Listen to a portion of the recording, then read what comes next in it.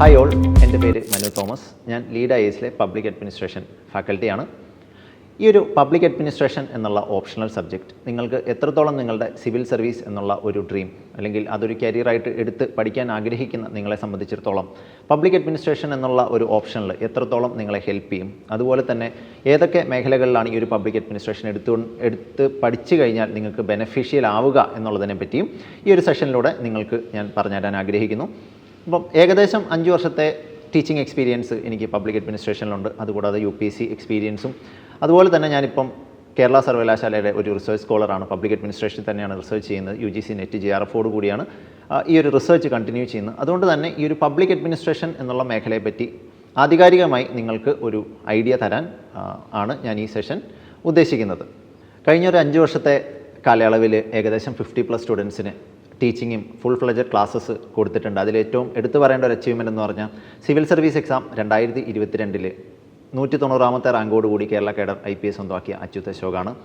Public അഡ്മിനിസ്ട്രേഷനിൽ one of the highest marks സ്വന്തമാക്കാൻ അച്യുത്തിന് സാധിച്ചു. അപ്പോൾ ഈ ഒരു മെൻറ്റർഷിപ്പിലൂടെ നിങ്ങൾക്കും ആ ഒരു ഫീറ്റ് അച്ചീവ് ചെയ്യാൻ സാധിക്കുന്നതാണ്. അപ്പോൾ വൈ പബ്ലിക് അഡ്മിനിസ്ട്രേഷൻ എന്നുള്ള ക്വസ്റ്റ്യനാണ് ഫസ്റ്റ് ഓഫ് ഓൾ നമ്മൾ ഹാൻഡിൽ ചെയ്യേണ്ടത്. പബ്ലിക് അഡ്മിനിസ്ട്രേഷൻ എന്ന ഒരു സബ്ജക്റ്റ് പറയുമ്പോൾ നിങ്ങൾ കമ്പയർ ചെയ്യേണ്ടത് ഇന്ത്യൻ അഡ്മിനിസ്ട്രേറ്റീവ് സർവീസിനെ പറ്റിയാണ്.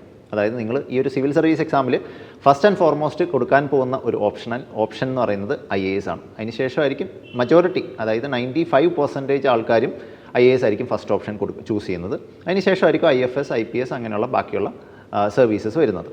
അപ്പോൾ ഈ അഡ്മിനിസ്ട്രേറ്റീവ് സർവീസിൻ്റെ ഒരു തിയററ്റിക്കൽ പഠനമാണ് പബ്ലിക് അഡ്മിനിസ്ട്രേഷൻ. ഒരു തിയററ്റിക്കൽ പഠനമാണ് പബ്ലിക് അഡ്മിനിസ്ട്രേഷൻ. സോ നമ്മൾ ഗവൺമെൻറ്റിൻ്റെ വിങ്ങാണ്.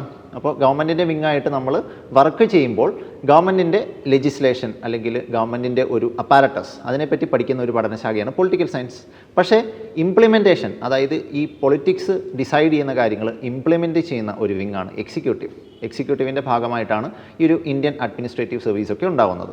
സോ ആ ഒരു എക്സിക്യൂട്ടീവിൻ്റെ പഠനമാണ് പബ്ലിക് അഡ്മിനിസ്ട്രേഷൻ എന്ന് പറയുന്നത്. ഇന്ത്യൻ അഡ്മിനിസ്ട്രേറ്റീവ് സർവീസ് നിങ്ങളുടെ ഒരു കരിയർ ഓപ്ഷനായിട്ട് നിങ്ങൾ ചൂസ് ചെയ്യുന്നുണ്ടെങ്കിൽ തീർച്ചയായിട്ടും നിങ്ങൾക്ക് മറ്റൊന്നും ചിന്തിക്കാതെ പബ്ലിക് അഡ്മിനിസ്ട്രേഷൻ നിങ്ങൾക്ക് ചൂസ് ചെയ്യാൻ സാധിക്കുന്നതാണ്. കാരണം എന്താണെന്ന് വെച്ച് കഴിഞ്ഞാൽ നിങ്ങൾ ചെയ്യുന്ന ജോലി, അതായത് അഡ്മിനിസ്ട്രേഷൻ്റെ ഒരു തിയററ്റിക്കൽ പഠനമാണ് ഞാൻ പറഞ്ഞ പോലെ തന്നെ പബ്ലിക് അഡ്മിനിസ്ട്രേഷനെ നിങ്ങൾ പഠിക്കാൻ പോകുന്നത്.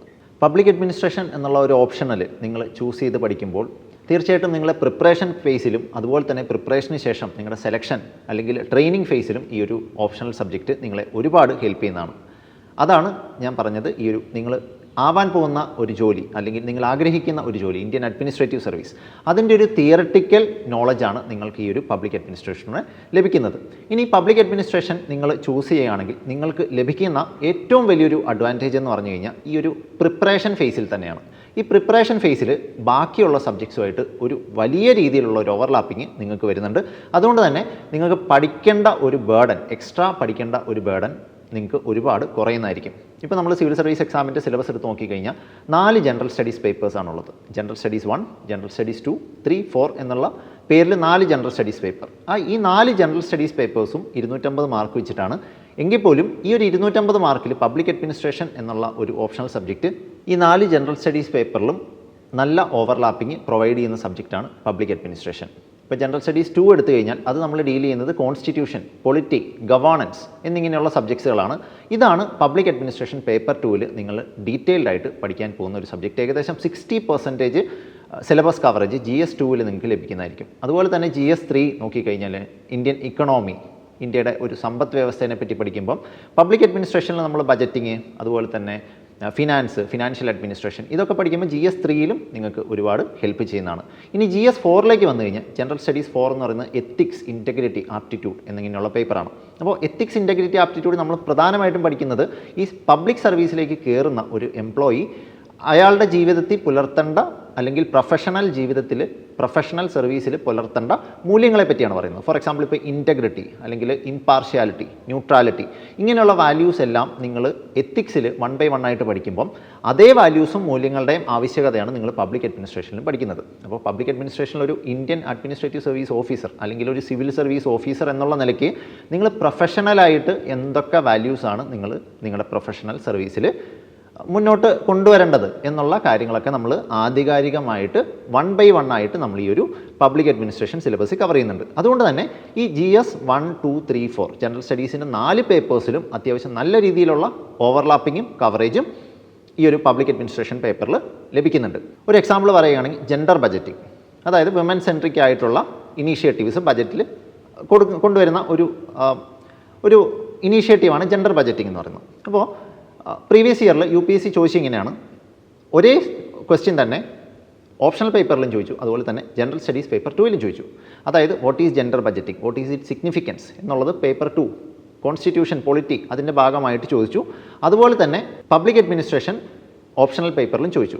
അപ്പം നിങ്ങൾ 2 സബ്ജക്ട്സ് എഴുതുമ്പം, അതായത് ജനറൽ സ്റ്റഡീസ് എഴുതുമ്പോഴും അതുപോലെ തന്നെ ഓപ്ഷണൽ സബ്ജക്റ്റ് എഴുതുമ്പോഴും ആ ഒരു ഡിഫറൻസ് നിങ്ങൾ മനസ്സിലാക്കിയാൽ മാത്രമേ ഈ ഒരു ഒരേ ക്വസ്റ്റ്യന് 2 രീതിയിൽ നിങ്ങൾക്ക് ആൻസർ ചെയ്യാൻ സാധിക്കുകയുള്ളൂ. ആ ഒരു കോംപ്രഹെൻസീവ് ആയിട്ടുള്ള ആ ഒരു രീതിയിലുള്ള കവറേജാണ് നമ്മുടെ ക്ലാസ്സിലൂടെ നിങ്ങൾക്ക് പ്രൊവൈഡ് ചെയ്യുന്നത്. ഇനി ജനറൽ സ്റ്റഡീസ് കൂടാതെ നിങ്ങളെ എസ്സേയിലും അതുപോലെ തന്നെ 3ാമത്തെ സ്റ്റേജ് ആയിട്ടുള്ള പേഴ്സണാലിറ്റി ടെസ്റ്റിലും തീർച്ചയായിട്ടും നിങ്ങളെ ഒരുപാട് ഹെൽപ്പ് ചെയ്യുന്ന ഒരു സബ്ജക്റ്റാണ് പബ്ലിക് അഡ്മിനിസ്ട്രേഷൻ. കാരണം പേഴ്സണാലിറ്റി ടെസ്റ്റിൽ ചെന്ന് കഴിഞ്ഞാൽ നിങ്ങളുടെ ഓപ്ഷൻ ഫസ്റ്റ് IAS ആണെങ്കിൽ നിങ്ങളോട് ചോദിക്കാൻ പോകുന്ന ആദ്യത്തെ question obvious question why IAS എന്നുള്ള ക്വസ്റ്റ്യൻ ആയിരിക്കും. തീർച്ചയായിട്ടും IAS എന്തുകൊണ്ട് നിങ്ങൾ ചൂസ് ചെയ്യുന്നു എന്നുള്ളതിൻ്റെ ആൻസർ ആയിരിക്കും നിങ്ങൾ ഈ ഒരു 500 മാർക്കിന് വേണ്ടിയിട്ട് പഠിക്കുന്ന ഓപ്ഷണൽ സബ്ജക്റ്റ് നിങ്ങൾക്ക് തീർച്ചയായിട്ടും പഠിക്കാൻ പോകുന്നത്. ഓക്കെ, സോ അതുകൊണ്ട് തന്നെ ഈ ഒരു ഓപ്ഷണൽ സബ്ജക്റ്റ് പബ്ലിക് അഡ്മിനിസ്ട്രേഷൻ എന്നുള്ള ഓപ്ഷണൽ സബ്ജക്റ്റ് നിങ്ങളുടെ പ്രിപ്പറേഷൻ സ്റ്റേജിൽ ഒരുപാട് ഹെൽപ്പ് ചെയ്യുന്ന ഒരു ഓപ്ഷണൽ സബ്ജക്റ്റാണ്. ഇനി പ്രിപ്പറേഷൻ സ്റ്റേജ് കഴിഞ്ഞു, നിങ്ങൾ സർവീസിലേക്ക് കയറിയെന്ന് വെച്ചു, അപ്പോഴും പബ്ലിക് അഡ്മിനിസ്ട്രേഷൻ തന്നെയാണ് വരുന്നത്. കാരണം മസൂറിയിലെ നാഷണൽ അക്കാഡമി ഓഫ് അഡ്മിനിസ്ട്രേഷൻ ലബാസ്നയിൽ ഏകദേശം 3 മാസത്തെ ഫൗണ്ടേഷൻ കോഴ്സാണുള്ളത്. ഫൗണ്ടേഷൻ കോഴ്സിൽ വരുന്ന ഒരു പ്രധാനപ്പെട്ട സബ്ജക്റ്റാണ് ഈ ഒരു ഓപ്ഷണൽ സബ്ജക്റ്റ്. നിങ്ങളുടെ പ്രിപ്പറേഷൻ സ്റ്റേജിൽ നിങ്ങളെ ഒരുപാട് ഹെൽപ്പ് ചെയ്യും എന്നുള്ളതിനേക്കാൾ ഉപരി പ്രിപ്പറേഷൻ കഴിഞ്ഞതിന് ശേഷം നിങ്ങൾ അഡ്മിനിസ്ട്രേറ്റീവ് സർവീസിലേക്ക് സെലക്ട് ആയി കഴിഞ്ഞാൽ നിങ്ങളുടെ ഫൗണ്ടേഷൻ കോഴ്സിലും അതുപോലെ തന്നെ മിഡ് കരിയർ ട്രെയിനിങ്ങിലും അതുപോലെ തന്നെ നിങ്ങളുടെ ഡിസ്ട്രിക്ട് ട്രെയിനിങ്ങിലും എല്ലാ രീതിയിലുള്ള നിങ്ങളുടെ കരിയർ ഓറിയൻറ്റഡ് ആയിട്ടുള്ള ട്രെയിനിങ്സിലെല്ലാം നിങ്ങൾക്ക് മസ്റ്റായിട്ടും ഡീൽ ചെയ്യുന്ന ഒരു സബ്ജക്റ്റാണ് പബ്ലിക് അഡ്മിനിസ്ട്രേഷൻ. പബ്ലിക് അഡ്മിനിസ്ട്രേഷനും പബ്ലിക് പോളിസിയും തീർച്ചയായിട്ടും നമ്മുടെ ഈ ഒരു കോഴ്സിൽ ഇമ്പോർട്ടൻ്റ് ആയിട്ട് നമ്മൾ പഠിക്കുന്ന മേഖലകളാണ്. ആ ഒരു നിങ്ങൾ സർവീസിൽ എൻ്റർ ചെയ്തതിന് ശേഷമാണെങ്കിലും നിങ്ങൾ ഡീൽ ചെയ്യാൻ പോകുന്ന കാര്യങ്ങൾ. അതുകൊണ്ട് തന്നെ തീർച്ചയായിട്ടും ഒരു കരിയർ ഓറിയൻറ്റഡ് ആയിട്ടാണ് നിങ്ങൾ IAS അല്ലെങ്കിൽ ഒരു ഡെവലപ്മെൻറ്റ് മേഖലയിൽ നിങ്ങൾക്ക് വർക്ക് ചെയ്യണം. ഡെവലപ്മെൻറ്റ് മേഖലയിൽ നിങ്ങൾക്ക് വർക്ക് ചെയ്യണം എന്നുണ്ടെങ്കിൽ തീർച്ചയായിട്ടും നിങ്ങൾക്ക് പബ്ലിക് അഡ്മിനിസ്ട്രേഷൻ ഓപ്ഷനിൽ ചൂസ് ചെയ്യാൻ സാധിക്കുന്നതാണ്. ഇനി ഈ ഒരു ഓപ്ഷണൽ സബ്ജക്ട്സ് നിങ്ങൾ എങ്ങനെ പഠിക്കും എന്ന് ചോദിച്ചു കഴിഞ്ഞാൽ ഇതിൻ്റെ ഒരു ഓപ്ഷണൽ സബ്ജക്റ്റിൻ്റെ മാർക്ക് 500 മാർക്കാണ്. അതായത് 250 മാർക്ക് വെച്ചിട്ടുള്ള 2 പേപ്പറാണ് നിങ്ങൾക്ക് ഉള്ളത്. അത് ഏത് ഓപ്ഷണൽ സബ്ജക്റ്റ് ആണെങ്കിലും 2 പേപ്പറാണ് നിങ്ങൾക്കുള്ളത്. നിങ്ങൾ ചൂസ് ചെയ്യുന്ന ഓപ്ഷണൽ സബ്ജക്റ്റ് അനുസരിച്ച് ഈ ഒരു 500 മാർക്കാണ് ഇതിൽ വരുന്നത്. 250 മാർക്ക് വെച്ച് 2 പേപ്പറാണുള്ളത്. പബ്ലിക് അഡ്മിനിസ്ട്രേഷനെ പറ്റി പറയുമ്പോൾ പേപ്പർ 1 നമ്മൾ തിയറിയാണ് പ്രധാനമായിട്ടും ഡിസ്കസ് ചെയ്യുന്നത്. അതായത് അഡ്മിനിസ്ട്രേറ്റീവ് തിയറി. അഡ്മിനിസ്ട്രേഷൻ എന്നുള്ള ഒരു ഡിസിപ്ലിൻ, അഡ്മിനിസ്ട്രേഷൻ ഇപ്പോൾ ഒരു ഡിസിപ്ലിൻ ആയിരിക്കുകയാണ്. പണ്ടത് പൊളിറ്റിക്കൽ സയൻസിൻ്റെ ഭാഗമായിരുന്നു, ഇപ്പോൾ അത് ഒരു പബ്ലിക് അഡ്മിനിസ്ട്രേഷൻ എന്നുള്ള ഒരു സെപ്പറേറ്റ് ഡിസിപ്ലിൻ ആയിരിക്കുകയാണ്. അപ്പോൾ എങ്ങനെയാണ് പൊളിറ്റിക്കൽ സയൻസിൽ നിന്നും ഈ ഒരു അഡ്മിനിസ്ട്രേഷൻ എന്നുള്ള ഒരു ഐഡിയ വന്നു, അതുപോലെ തന്നെ അഡ്മിനിസ്ട്രേഷൻ എന്നുള്ള ഡിസിപ്ലിൻ എമർജായി എന്നുള്ള കാര്യങ്ങളൊക്കെയാണ് പ്രധാനമായിട്ട് നമ്മൾ പേപ്പർ 1 ഡിസ്കസ് ചെയ്യുന്നത്. പേപ്പർ 1 നമ്മൾ ഒരുപാട് അഡ്മിനിസ്ട്രേറ്റീവ് തിങ്കേഴ്സിനെ പഠിക്കും. അതുപോലെ തന്നെ അഡ്മിനിസ്ട്രേഷൻ്റെ ഒരു ഇവല്യൂഷനെ പറ്റി പഠിക്കും. അതുപോലെ തന്നെ നമ്മുടെ അഡ്മിനിസ്ട്രേഷൻ്റെ ഏറ്റവും മോഡേൺ ആയിട്ടുള്ള concepts, for example comparative public administration അല്ലെങ്കിൽ ഡെവലപ്മെൻറ്റ് അഡ്മിനിസ്ട്രേഷൻ, നമ്മൾ ചിപ്കോ മൂവ്മെൻ്റ് ഒക്കെ നിങ്ങൾ കേട്ടിട്ടുണ്ടാവും.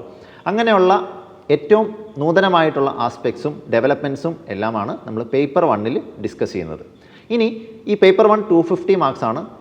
2ാമത്തെ പേപ്പർ, അതായത് പേപ്പർ 2 എന്നുള്ള ഈ പബ്ലിക് അഡ്മിനിസ്ട്രേഷൻ്റെ ഒരു ടോപ്പിക്ക്, അതിൽ പ്രധാനമായിട്ടും ഡീൽ ചെയ്യുന്നത് ഇന്ത്യൻ അഡ്മിനിസ്ട്രേഷനാണ്.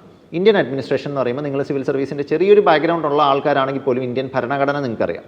ഓക്കെ, സോ ഈ ഒരു ഭരണഘടനയിൽ നമുക്ക് ഫണ്ടമെൻ്റൽ റൈറ്റ്സ്, ഡ്യൂട്ടീസ്, അതുപോലെ തന്നെ അതിനുശേഷം വരുന്ന ഒരു ഭാഗമാണ് union executive, state executive, state legislature, judiciary, ഇങ്ങനെയുള്ള ഭാഗങ്ങളെല്ലാം.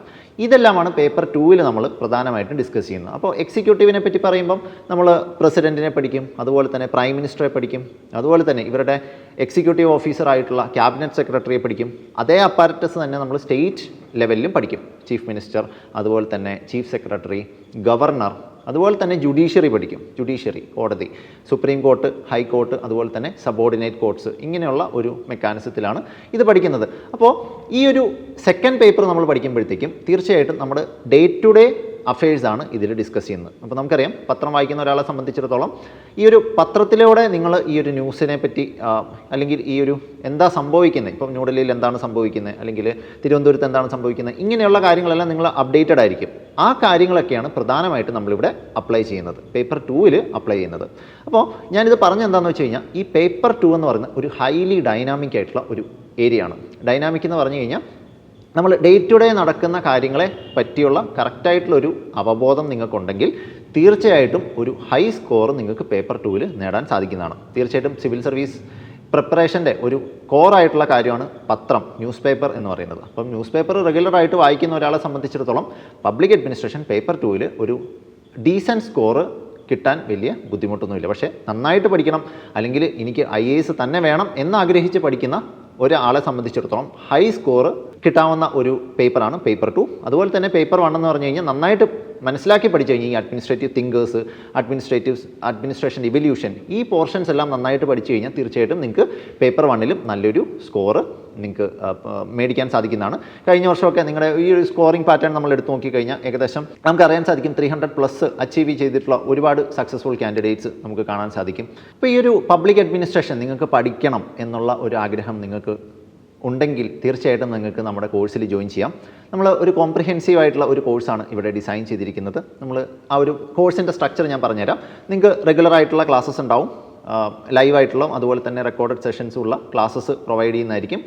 ഈ ഒരു ക്ലാസ്സസിൽ ഞാൻ ആദ്യം നമ്മൾ സ്റ്റാർട്ട് ചെയ്യുന്നത് പേപ്പർ 1 കാരണം ഒരു തിയറട്ടിക്കൽ ഫൗണ്ടേഷൻ നിങ്ങൾക്ക് പ്രൊവൈഡ് ചെയ്യാൻ വേണ്ടിയിട്ടാണ് പേപ്പർ 1 സ്റ്റാർട്ട് ചെയ്യുന്നത്. പേപ്പർ 1 അഡ്മിനിസ്ട്രേറ്റീവ് തിങ്കേഴ്സും അതുപോലെ തന്നെ ഇവല്യൂഷനും ഏറ്റവും ഡിഫിക്കൽട്ട് ആയിട്ടുള്ള പോർഷൻ എന്ന് കാൻഡിഡേറ്റ്സ് പറയുന്ന ഒരു മേഖലയാണ് നമ്മൾ സ്റ്റാർട്ട് ചെയ്യുന്നത്.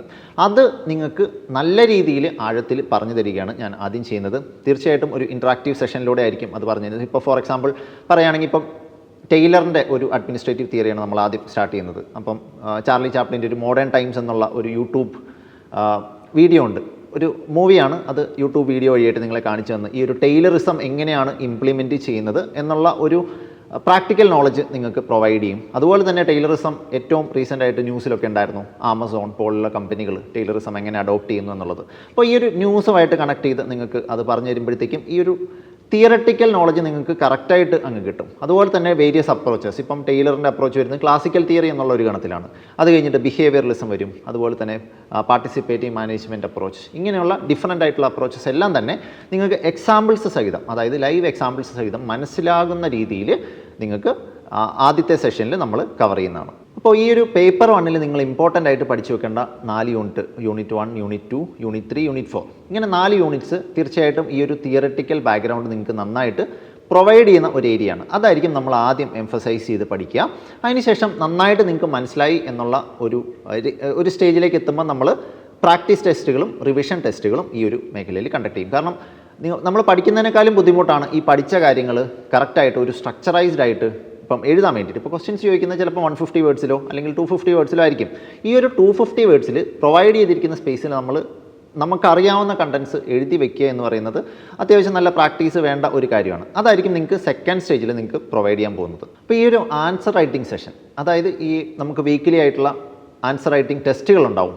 ചെറിയ ചെറിയ ക്വസ്റ്റ്യൻസ് തന്നിട്ട് നിങ്ങളുടെ ആൻസേഴ്സ് മേടിച്ചിട്ട് അത് ഇവാലുവേറ്റ് ചെയ്ത് അപ്പോൾ തന്നെ സ്പോട്ടിൽ ഇവാലുവേറ്റ് ചെയ്ത് ഫീഡ്ബാക്ക് തന്ന് നിങ്ങളെ ഒരു സ്റ്റെപ്പ് ബൈ സ്റ്റെപ്പ് ഇമ്പ്രൂവ്മെൻറ്റ് പ്രോസസ്സാണ് ഈ ഒരു ക്ലാസ് റൂം സെഷനിലൂടെ നമ്മൾ ഉദ്ദേശിക്കുന്നത്. നിങ്ങൾക്ക് തിയറി പഠിപ്പിച്ച് തരുന്നു എന്നതിലുപരി നിങ്ങളെ ആ ഒരു തിയറിയിൽ കുറച്ചുകൂടി ഒരു പ്രാക്ടിക്കൽ നോളജ് തരിക എന്നുള്ള ഒരു സ്ട്രാറ്റജിയാണ് ഞാൻ പേപ്പർ 1 അഡോപ്റ്റ് ചെയ്യുന്നത്.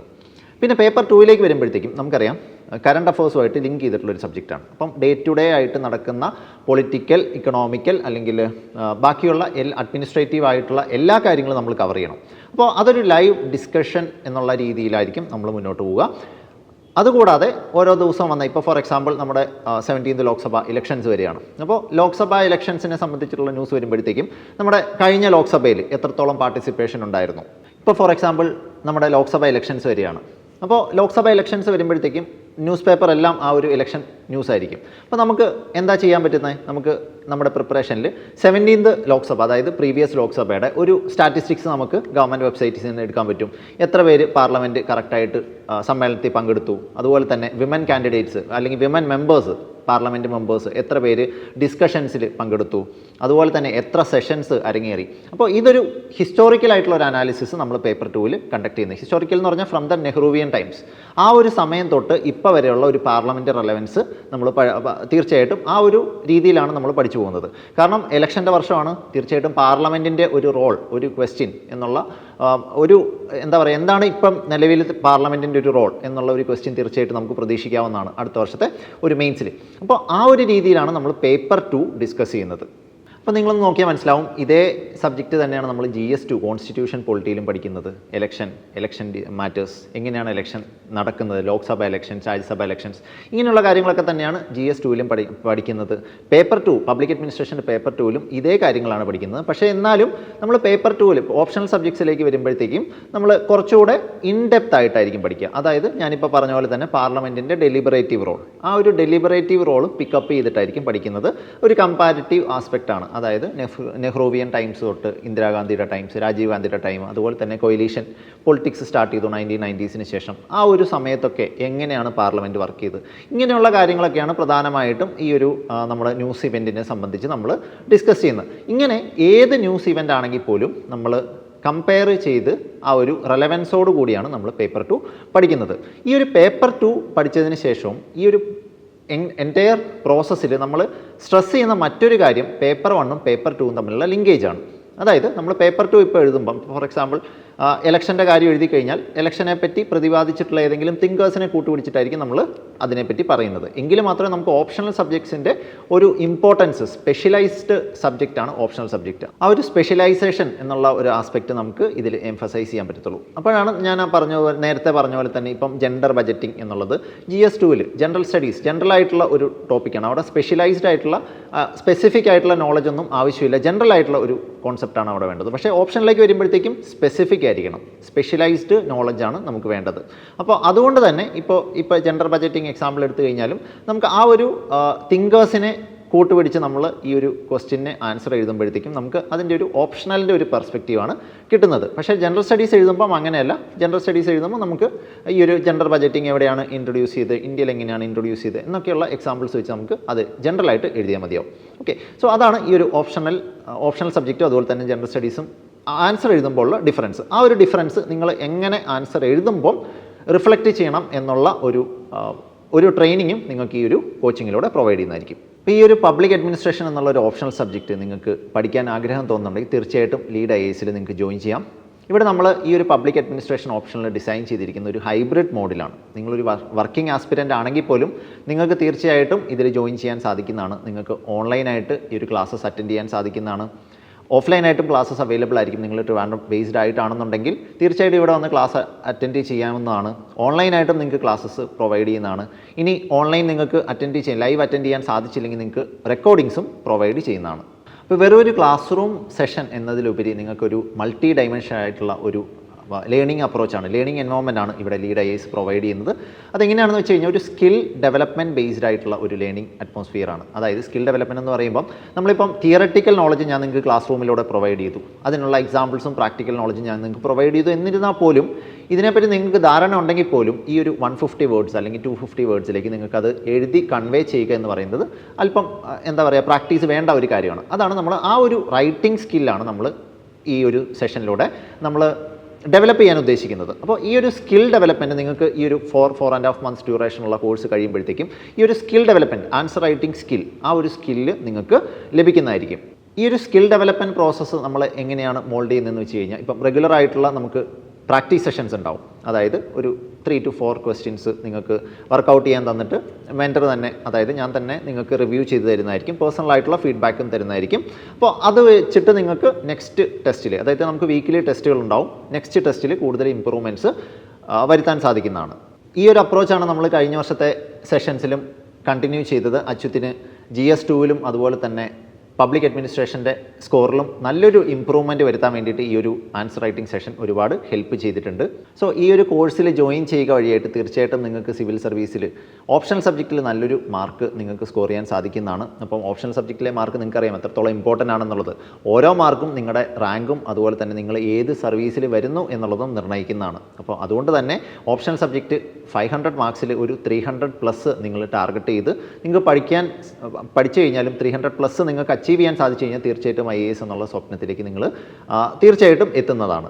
ഈ ഒരു ഓപ്ഷണൽ സബ്ജക്റ്റ് നിങ്ങൾ ചൂസ് ചെയ്ത് പഠിക്കുക വഴിയായിട്ട് നിങ്ങൾക്ക് തീർച്ചയായിട്ടും ഒരു സിവിൽ സർവീസിൽ നല്ലൊരു സ്കോർ, നിങ്ങൾക്കറിയാം സിവിൽ സർവീസിൽ ഓപ്ഷണൽ സബ്ജക്റ്റ് 500 മാർക്കാണ്. ഏകദേശം ഒരു ഓൺ ആൻ ആവറേജ് നന്നായിട്ട് പഠിച്ചു കഴിഞ്ഞാൽ 260+ സ്കോർ ചെയ്യാൻ ഈസിയാണ്. പക്ഷേ ആ 260+ നിന്നും നിങ്ങൾക്കൊരു 280 അല്ലെങ്കിൽ 300ലേക്ക് നിങ്ങളുടെ മാർക്ക് എത്തിക്കാൻ സാധിച്ചു കഴിഞ്ഞാൽ നിങ്ങൾ ഉദ്ദേശിക്കുന്ന ഒരു IAS എന്നുള്ളൊരു സ്വപ്നത്തിലേക്ക് നിങ്ങൾക്ക് എത്തിപ്പെടാൻ സാധിക്കുന്നതാണ്. ആ ഒരു 300+ അല്ലെങ്കിൽ 300+ എന്നുള്ള ടാർഗറ്റിലേക്ക് ഈ ഒരു മൾട്ടി ഡയമെൻഷണൽ അപ്രോച്ചിലൂടെ നിങ്ങൾ പഠിച്ചു പോയി കഴിഞ്ഞാൽ തീർച്ചയായിട്ടും എത്താൻ സാധിക്കുന്നതാണ്. ഈ ഒരു IAS എന്നുള്ള ഒരു സ്വപ്നത്തിലേക്ക് നിങ്ങൾ എത്തണമെന്നുണ്ടെങ്കിൽ ഓപ്ഷണൽ സബ്ജക്റ്റിന് 500 മാർക്കാണ് മൊത്തത്തിലുള്ളത്. അതിലൊരു 300+ അച്ചീവ് ചെയ്യുക എന്നുള്ളത് നിർബന്ധമാണ്. 300+ ഓൺ ആൻ ആവറേജ് ഒരു 260+ സ്കോർ ചെയ്യാൻ പറ്റുന്ന ഒരു സബ്ജക്റ്റാണ് പബ്ലിക് അഡ്മിനിസ്ട്രേഷൻ. പക്ഷേ ഈ 260ൽ നിന്നും ഒരു 280 അതുപോലെ തന്നെ 300 എന്നുള്ള ഒരു മാർക്കിലേക്ക് നിങ്ങൾക്ക് എത്താൻ സാധിച്ചു കഴിഞ്ഞാൽ ഒരുപക്ഷെ നിങ്ങൾ ആഗ്രഹിക്കുന്ന സർവീസ് തന്നെ കിട്ടുന്നതിൽ വളരെ ഒരു നിർണായക ഘടകമായിരിക്കും ആ ഒരു നിങ്ങളുടെ മാർക്ക് എന്ന് പറയുന്നത്. അപ്പോൾ ഈ ഒരു മാർക്കിലേക്ക് നമുക്ക് എത്തണമെങ്കിൽ തീർച്ചയായിട്ടും ടെഡിയസ് ആയിട്ടുള്ള ഒരു പ്രാക്ടീസ് സെഷൻസ്, അതുപോലെ തന്നെ ടെഡിയസ് ആയിട്ടുള്ള ഒരു പ്രിപ്പറേഷൻ നിങ്ങൾക്ക് ആവശ്യമാണ്. ആ ഒരു സ്കോറിലേക്ക് അച്ചീവ് ചെയ്യാൻ അല്ലെങ്കിൽ ആ ഒരു ലെവൽ ഓഫ് പ്രിപ്പറേഷൻ ചെയ്യാൻ നിങ്ങൾ ഒരുക്കമാണെന്നുണ്ടെങ്കിൽ നിങ്ങൾക്ക് നമ്മുടെ കോഴ്സിൽ ജോയിൻ ചെയ്യാം. We will assist you to reach your goal.